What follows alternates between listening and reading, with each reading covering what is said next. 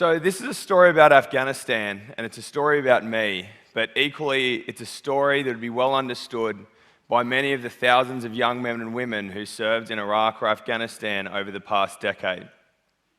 It's a war story. It's a story about the war, about what I did in it, about what it did to me, and how by ultimately making my peace with what happened there, turned me into a better, albeit different man to the one I was before.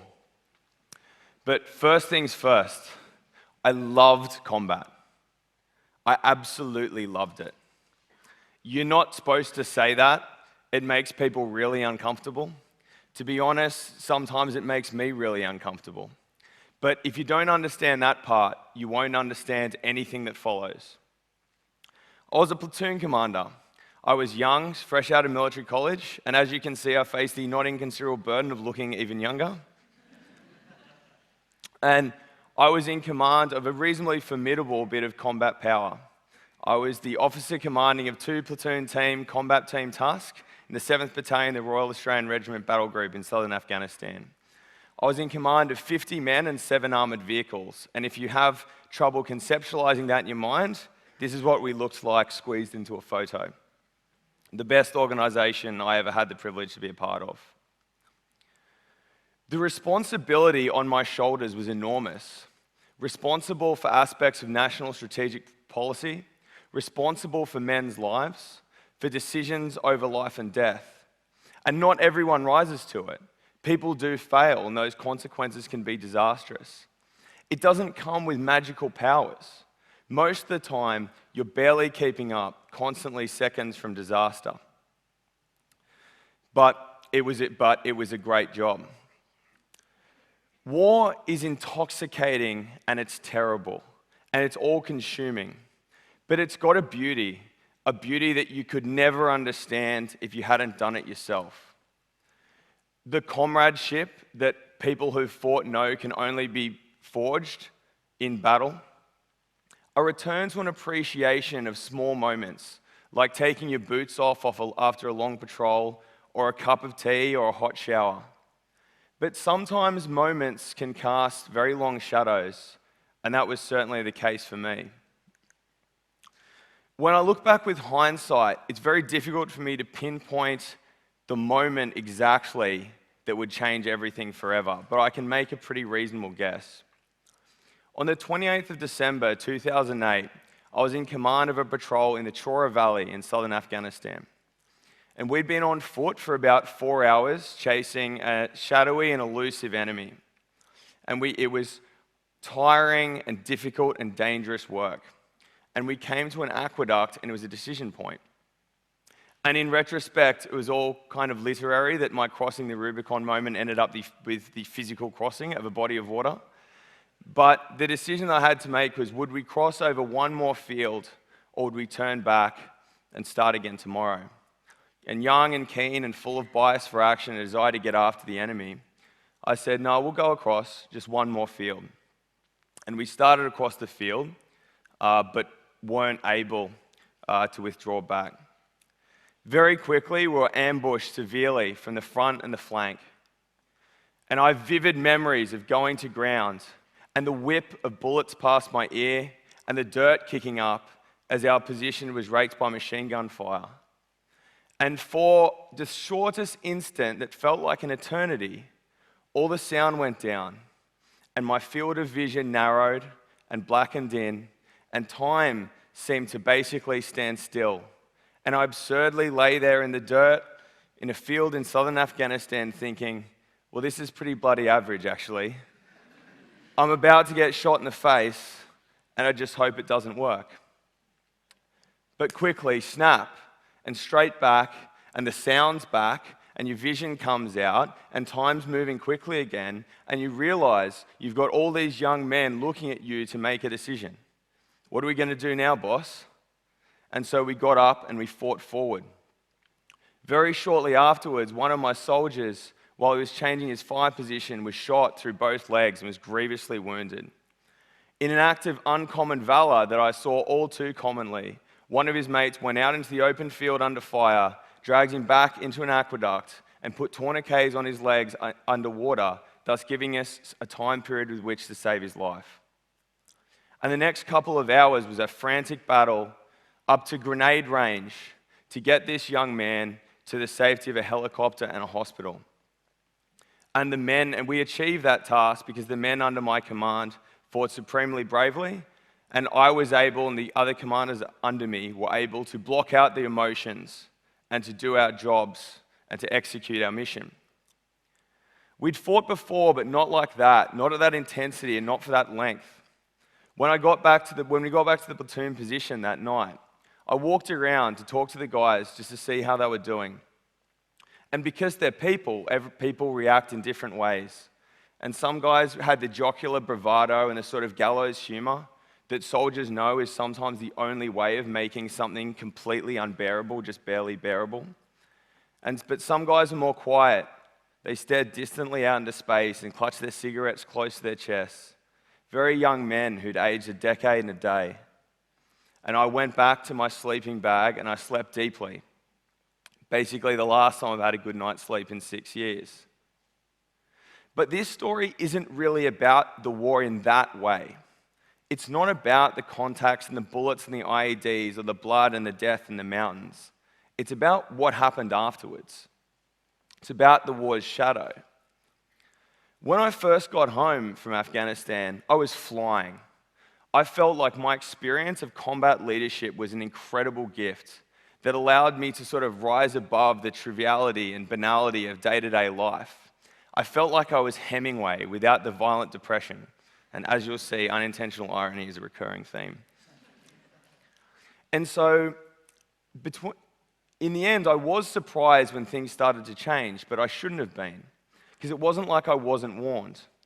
One of my abiding memories of my tour in Afghanistan is sharing a cigarette, sitting on the top of the turret of one of our armored vehicles, and just chatting with a sergeant, a guy I had the deepest respect for. He'd been in the army a lot longer than I had and had much more operational experience. And he turned to me and he said, "You know what, mate? Your whole life will never be the same after this. It'll be like you're living in slow motion." And that's exactly what it was like. I felt everything was just incredibly banal. The rooms that I was in, I wasn't there. Like I was on the same channel as everyone else, but seeing things through static. I didn't understand, and all I desperately wanted to do was to get back to the war. And then, as things started to get worse and worse, I spiraled out of control. I would fly into a violent rage at the slightest provocation.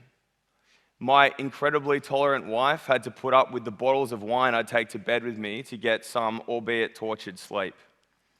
I was completely disintegrating. I would go to the pub for a beer and sit up at the bar and see visions across from me of a dead Afghan man, a man that I'd killed. And I knew reality from the visions, but Afghanistan was consuming so much of my brain that it was impinging on what I was trying to do day to day. And all through this period, though, the biggest thing I was putting work into, what took up all my effort, was hiding this and maintaining the vision of myself that I wanted people to see, of someone strong, a decorated combat veteran, a leader. Guys who'd served with me were asking me for advice on how to navigate their own sort of mental health issues. And I was helpful in an administrative way and get them in touch with psychologists and counselors. But at this stage, I wouldn't have dreamt of letting them know my secret. Who would want to take advice from this guy? But in the end, it was all too much. It was just more work than I could bear. And one day I went into an army doctor's office and I collapsed in a chair, and over the spate of an hour, poured out my story. And he carefully wrote my diagnosis and prescription down and handed it to me. And I walked back to the car and I opened the door and I sat down and I carefully read it. Post-traumatic stress disorder with major depression. And I burst into tears and cried and cried. People, when they talk about war who haven't been there, tend to be very binary about it. Like war's either a triumph or a tragedy. But that's wrong, it's both. It's always been both, it has to be both. Behind every triumph, there's a tragedy of broken lives and bodies, of young men and women who will spend decades fighting demons. But in front of that is the beautiful things I talked about and the small triumphs of some of the very tenuous gains we made in human development and security for the Afghan people. But at this stage I was at now, I needed to find a way to turn my own minor personal tragedy into some kind of triumph. My war was over, and in fact, as we speak now, for the West, most of the Afghan war is over. But how do you make that into something useful going forward? And what I knew is that what had been holding me back from seeking treatment was my own fear. Fear was the cause of what I'd actually done, which was fail as a leader and fail to lead the guys that I had taken over. Because I was scared. And what was I scared of? Why was I scared of releasing my secrets? I was scared of being judged. I was scared of being weak. I was scared of being imperfectly stoic. I was scared of setting a bad example. What did I learn? That through leadership is fundamentally about honesty. The truest thing you can say about a leader and being a leader is that you'll fail. But the best thing is that you get opportunities to redeem yourself as long as you have the perseverance. So I knew that by having less ego and coming forward with my story, I could make it okay for others to do the same thing. A retired army general wrote a book and he elaborated on his own journey through post-traumatic stress disorder, and it was, to me, surprisingly and gratefully well received. But I knew there had to be something else to make a real impact. He needed to be joined by different voices, younger voices, with just a little bit of combat credibility from the same generation of soldiers. And I knew I couldn't ask someone else to do that if I wasn't prepared to do it. So I came forward and ended up becoming the face of a destigmatization campaign culminating in a nationally televised television appearance with my wife where I spoke candidly about my condition. And the evening when they were screening it, I was frantically pacing up and down my living room in just horror. What have I done? What have I done? How is everyone going to look at me now? I'll be like a fraud. Why is this the thing I've chosen to be the thing that people will think about when they think of me? And as it aired in the flurry of texts of surprise and support, two stood out. Two soldiers, guys that had worked for me and served with me, texted me to admit for the first time that they had been going through their own mental health issues. They didn't know I had been, they didn't know each other had been, and we'd all been completely needlessly suffering in silence, and that they were happy now to go forward and seek medical treatment. And that made it all instantly worth it. So, but what can you take away from this? The vast majority of you, hopefully, will have the good fortune never to have to serve in a war like I did. But think about the broader question of leadership. And what do you want to do as a leader? What behaviors do you display in your own leadership, in your business or personal or social lives that someone else can emulate? Because there's a peculiarly Western thing, I think, that we think the best qualities are so innate, so essentially genetic, that we'd like people to believe that not only can we do a thing, but we can do it almost effortlessly, that everything's easy. But what does that give to the people who are working for you? What does that give to the people who are looking at you? It can be admired, but it can't be repeated.